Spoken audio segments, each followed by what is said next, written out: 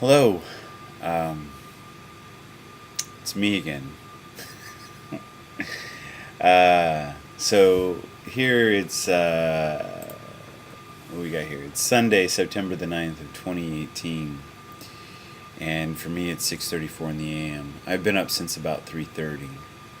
Um, it was really kind of weird because I knew I had to get up early today to prep for class because I get to teach the high schoolers this year, and for Sunday school, and I wasn't planning on getting up that early, but I'm kind of glad I did. And it's funny how God works in your life. I was planning on getting up maybe 4 or 5 or whatever, um, but I got up a lot earlier than that because Joseph woke up, and it was actually quite the blessing, and it really.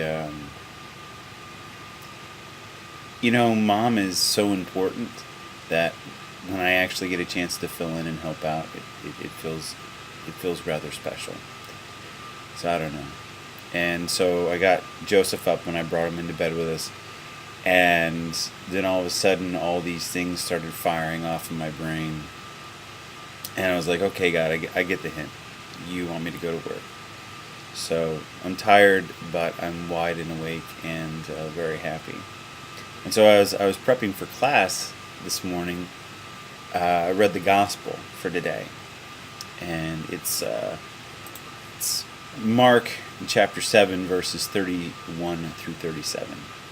Again, Jesus left the district of Tyre and went by way of Sidon to the Sea of Galilee, into the district of Decapolis. And people brought to him a deaf man who had a speech impediment, and begged him to lay his hand on him. He took him off by himself, away from the crowd. He put his finger into the man's ears, and spitting, touched his tongue. Then he looked up to heaven and groaned, and said to him, "Epiphatha," that is, "be opened." And immediately the man's ears were opened, his speech impediment was removed, and he spoke plainly.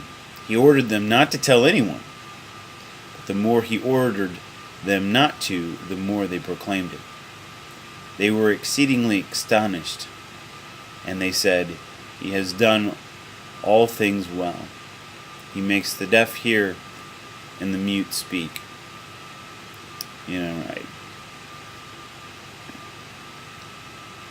There's so much to, like any gospel reading, there's so much to unpack here. Jesus is traveling. He's always traveling. It seems like he's always traveling in the Gospels. He's going from here to there, here to there, here to there. And he's always reaching out to people. He's always teaching and sharing love with people. And as Jesus is supposed to be our mentor, the person we follow, the person we imitate, as we travel about our days, are we teaching? Are we helping? Am I loving? That's what I ask myself. Am I being like Jesus? As I move from place to place, day to day, am I loving? Then we have, he gets to the district of Decapolis, and he has a deaf man brought to him. And Jesus tends to him. When I have things land at my feet, do I help those who are in need? I'll be honest, not always. And a lot of that is because what's up in here. A lot of times I get held back by my own fear or reservations. As am I like the people who brought the deaf man to Jesus? Do I try to take those in need to others who can help? Sometimes yes, sometimes no. Am I like the deaf man when I'm hurt or impaired or in sin? Do I look for help? Or do I let the shame of my affliction or my sin keep me away from others? Sometimes I go and get help, and sometimes I don't. What I find next interesting is the way in which Jesus healed him here. Because usually Jesus, you don't see something this peculiar. He said, what we got here? Jesus takes his fingers and puts it into the man's ears, and then he spits and touches the guy's tongue, and then looks up to the sky and groans, and and says this word that I'm probably butchering really bad, epiphathia or something like that. That is be open, A pretty interesting display. What I learned recently, actually learned this morning, is this was done in part to show that it was kind of a hint to say, hey, he's not just here to help the Jews, he's here also to help the Gentiles. I didn't know that. It was kind of interesting.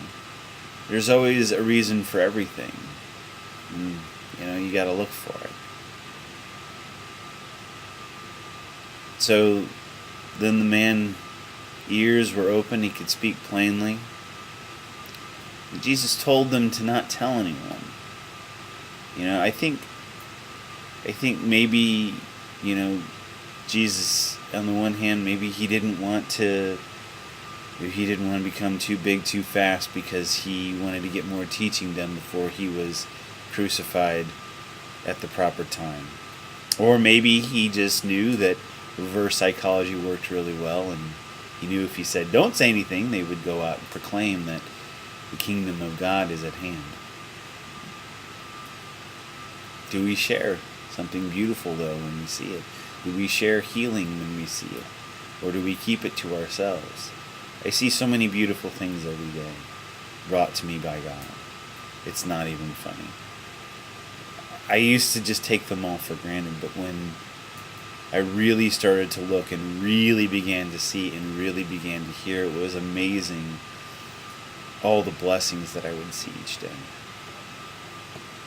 So the choice is ours. Do we wish to see what's available to us? Do we want to take advantage of it? Do we want to love or hold inside? Do we want to be like the deaf man and look for healing? Do we want to be like the crowd and look to help others in need? Do we want to be like Jesus and to always travel and look to love? When we love, our heart is open and we soar. When we become so happy. When we withdraw and close our heart, we just feel lonely, and we might get some pleasure from time to time, but I don't know. We're just not happy. Pleasure's fleeting. I don't know. That's all I gotta say about that.